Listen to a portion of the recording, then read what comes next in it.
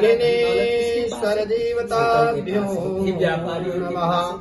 क्योंकि धन के मालिक ओम धर्म श्री के मालिक गणपतये नमः और सुरक्षा रक्षा के मालिक और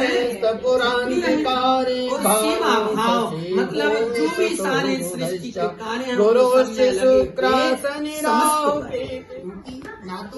तो नाम से उतर कर व्यापारी राजा के सभी समीप पहुंचा में राजा होंगे तो धर्म में कार्य करेंगे। इन सब लोगों के साथ पर बंदी हुई और उसके नीचे दबे हैं। इस पूजा के करने से मनुष्य को क्या लाभ प्राप्त होता है? कोई भी है पहले लाभ देखता है फिर क्या लाभ है ना।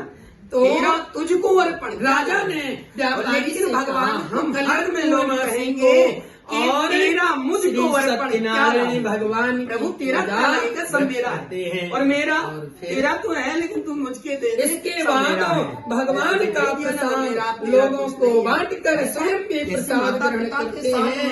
यही करना है। भगवान माता पिता वृद्ध और निसंतान को संतान कहता है। माता पिता को दुखियों के दुख दूर सब मेरा है। तो ऐसे मनुष्य होंगे हे मुनि श्रेष्ठ, मनुष्य के कल्याणार्थ हेतु ऐसा कोई उपाय बतलाइए भाजो ओ सरल सबल साहिब रघुराजू। वह भगवान जो गई हुई आपकी संपत्तियों से वापस कर देता है और जो आपकी है वो स्थिर हो जाती है, तो गरीबता जो निर्धनता है वो नष्ट हो जाती है। निर्धन ब्राह्मण ने बूढ़े व्यक्ति द्वारा बताए गए व्रत को करने का निश्चय। हे ब्राह्मण देवता, आप किसका यह भजन पूजन कर रहे हैं? इस व्रत के कार्य करने से क्या लाभ होता है? कृपा करके मुझे सब विस्तार पूर्वक बतलाइए। बूढ़े लकड़हारे की बातें सुन करके उस ब्राह्मण ने कहा, मैं अपने बंधु बांधव और परिजनों के साथ श्री सत्यनारायण भगवान की पूजा कर रहा हूँ। इस व्रत को और जो संक्षिप्त है तो उसके भी मनोरोग दूर हो जाते हैं। बात सुनकर व्यापारी ने कहा, हे राजन, मैं भी श्री सत्यनारायण भगवान का व्रत पूजन अवश्य करूंगा। कृपया मुझे इस व्रत को करने की विधि बतलाइए। राजा ने और व्यापारी को सत्यनारायण भगवान के व्रत की पूरी विधि बतलाई। राजा ने व्रत कथा सुनने के बाद व्यापारी को भी प्रसाद दिया। फिर श्री सत्यनारायण भगवान का स्मरण करते हुए व्यापारी ने प्रसाद ग्रहण किया और वापस लौट।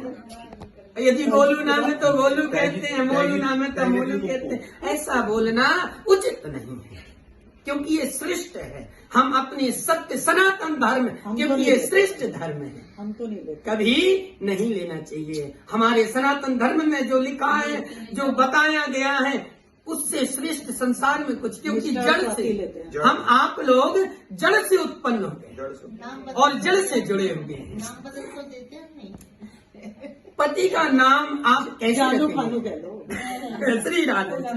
कंचनपुर नगर में पहुँचे। उस नगर में उन्होंने एक बड़े के पुत्र को देखा और बड़े के बेटा अत्यंत सुंदर और गुणवान नहीं किया, भूल गया। लीलावती ने अपने पति से कहा, हे नाथ, हे स्वामी, हे पति परमेश्वर, आपने और कलावती के विवाह पर श्री सत्यनारायण भगवान का व्रत करने का निश्चय। हे प्राणनाथ, हे पतिदेव, हे स्वामी, आप उस समय क्या बोल रहे थे? उस संकल्प को भुला ही दिया क्या? तो उसने कहा, अभी तो मुझे समय नहीं है, मैं अपने दामाद के साथ व्यापार के लिए जा रहा हूँ। व्यापारी और व्यापार पर जा रहा हूँ। व्यापार से लौटने पर श्री सत्यनारायण भगवान का व्रत कर लूंगा। अभी क्या जल्दी पड़ी है? बोले कि